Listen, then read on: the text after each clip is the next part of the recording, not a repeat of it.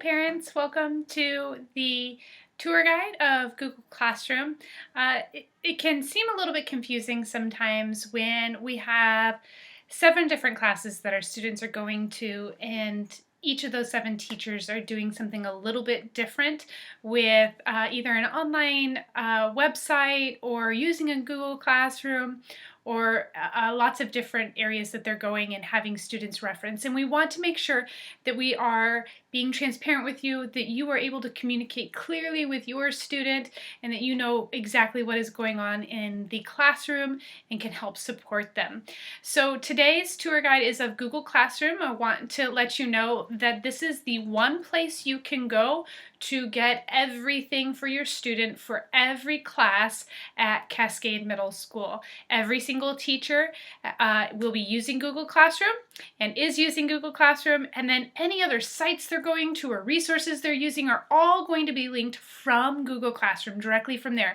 So you have a one-stop place that you can go to access anything that you would need from any teacher at Cascade Middle School, which is a great thing that the teachers have committed to doing for parents, for communication to be easier. One thing that I do want to reinforce before we get into the tour is that Google Classroom is a fantastic way for teachers to communicate to students and students to communicate back with their teachers. It is not meant, however, for parent to teacher communication or teacher to parent communication. This tour guide is merely to show you what's going on, so that if you have questions about what's going on in a class, or you want to help your student to be able to find resources or anything like that, that you would be able to find out, you would be able to see where to go to get that information. But this is not meant for you to write on or post any information on. This is not meant for you to comment on. This is not meant for you to be able to use to send as an email, because it will look as if that email is coming from your student. So we still want you to use regular communication that you're using with your teacher, but we just want to show you this information platform that we are communicating with your students during, and that you do have access to, as long as you get your student's username and password. So let's go ahead and jump in. Okay, so in order to access the information that we're going to be looking at, we are going to utilize going to Google Classroom.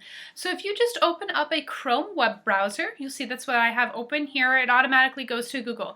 You can do this on any device. You can do this on your smartphone, you can do this on a laptop, on a home computer, even on your student's Chromebook, because they're already logged in there. Any device that you have internet access to, you can access this information.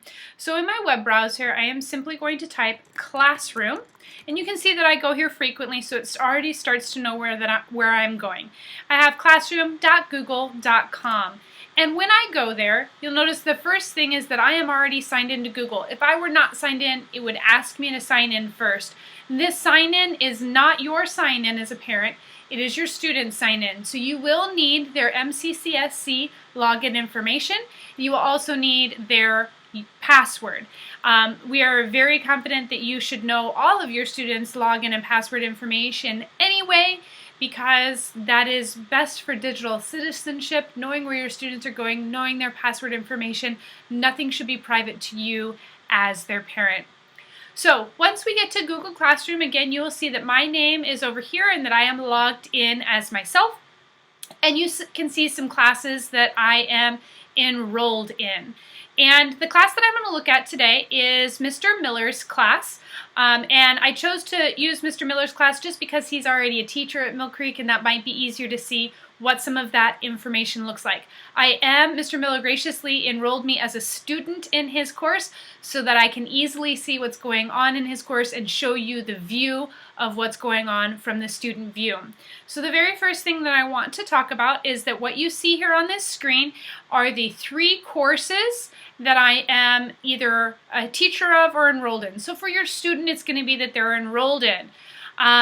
The title of the course is listed up here in the top left corner. The name of the teacher is listed right below that. Any upcoming assignments are also listed in this white space, and then there's what looks like a little folder down here in the bottom right corner. I am going to come back to this white space area a little bit later, But first I just want to jump into the course and show you some information. To do that, I'm just going to click up here at the title of the course. When I click there, what you'll see along the top is the title of the course. You will also see the teachers that are a part of this course. So you can see that Mr. Miller is actually co-teaching with a couple of other teachers to help share information and let them know what's going on as well. You will see that there are 3 tabs across the top of the course: the Stream, Classmates, and About. I'm going to start with the Stream. When we are in Stream View, this is the view that automatically comes up when we are in a course. On the left column, we will see any upcoming assignments. So I see that I have an assignment upcoming on Monday, and I can hit View All to view all assignments for this course. The rest of this stream is perhaps assignments, shows me when they are due, gives me some information with them, assignments that are maybe past due, announcements, and any other information that Mr. Miller would like to communicate to me as a student. This information will always be in chronological order with the newest information on top. So if I want to know something that Mr. Miller announced recently, this was on September 11th. He made an announcement about plans for the upcoming week, and he has a link here to that information. You'll see that after that came September 15th, there was an announcement, and another one on the 17th. You can see that we also have some assignments that are in here. So students always have the most up-to-date, most recent information at the very top of their stream, so they shouldn't have to scroll very long to find any information that they're currently working on in the class. The next tab over is called Classmates. This is a great place for group projects, or if they want to get a hold of a classmate, so your student is able to connect with and contact any of the other classmates that are in their class. And then finally we have the About tab, the last tab. I'm just going to click on the word About, and what we have in here is some general information about this class. You'll see that this gives us information about Mr. Miller and the other teachers that are in this course, and it also gives us a direct way to email that teacher. So if your student needs to contact Mr. Miller and needs to send Mr. Miller an email, they can simply click here. Again, this is not where you will click as a parent because, again, this looks like it's coming from a student. So we need you to go to your own personal email to send that email to Mr. Miller. Next, you will see that there is a Google Drive folder, which I'll talk about in just a second. And then below that is any other information. Several of our teachers are using technology above and beyond Google Classroom. So they've created their own classroom websites that are more robust and can include a variety of information and tools and things that they can post for their students. So again, although some of our teachers are using additional websites and additional tools, those tools will always start from Google Classroom.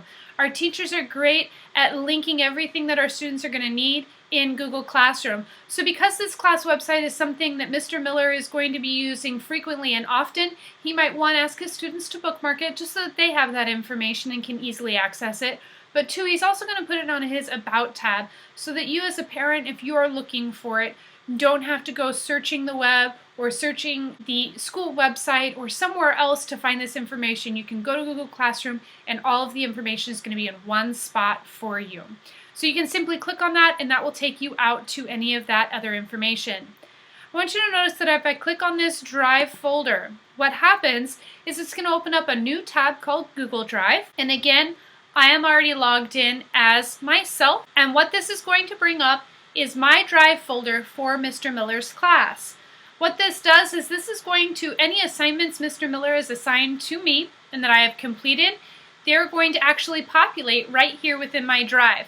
Now because Mr. Miller just added me for the purposes of this course, I have only downloaded one assignment and I haven't actually completed it. But you can see that it is listed right here for you as a parent to view. So, for example, if your student had an assignment that was due on Monday, this is the assignment that's due on Monday, and they have come home and told you, I already have all my homework done. You could easily go to Google Classroom, look at any upcoming assignments, you can click on the assignment, and or you can click on their Drive folder. By clicking on their Drive folder, you will have access to their assignment. you can actually see what they have. So if they say, yeah, I have that done, and you go in your drive and you see that they have that document, you can actually click to open up that document, and you'll see that there's a preview that appears in the right tab there. And when this loads, you will see that although I have opened and downloaded this assignment, I have not completed this assignment. This assignment is completely blank. So I have not submitted it, I have not turned it in, and I have not done anything on it. So there's a couple of things there. One, we can check if an assignment has actually been turned in via Google Classroom. And two, we can check what the quality of that work is or what that work looks like. The great thing about this that I love about Google Classroom that really opens things up is that there is always a record of what a student has done. The student work is always there. Even if a student has turned in their work. This happens a lot with me with my daughter. She's in first grade. She turns in an assignment and I ask her, what happened to that assignment? What was the feedback? How did that look? Did you get your assignment turned in?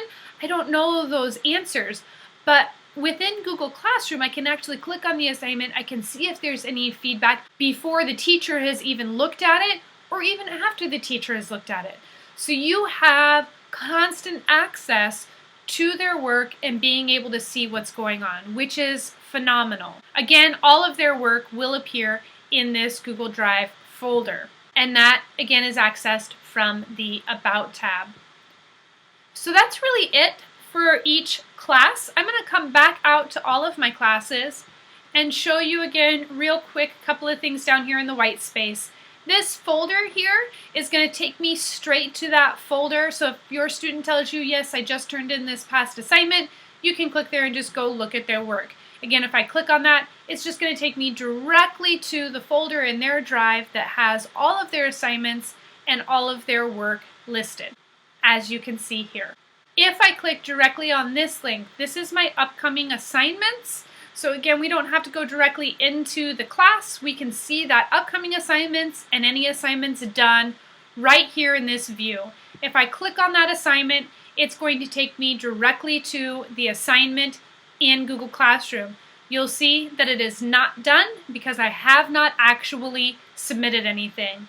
Here's where your student will be turning in their work, and any extra information that the teacher has assigned will be up above with information. Again, if you add a comment here, that will look like it's coming from your student. So I can't say it enough. I'm showing you this information so that you have information about what's happening with your student in each of their classes, but it is not a place for you to comment, post, write, or create. This is for your student, but we believe you should have access so that you have a transparency of information about what's going on in our classroom. If you have any further questions, I want you to feel free to contact me. This is my email address. I am the Technology Integration Specialist for Mill Creek School Corporation, and we'd be happy to answer any questions you have about Google Classroom or accessing any of the worker information. Thanks so much.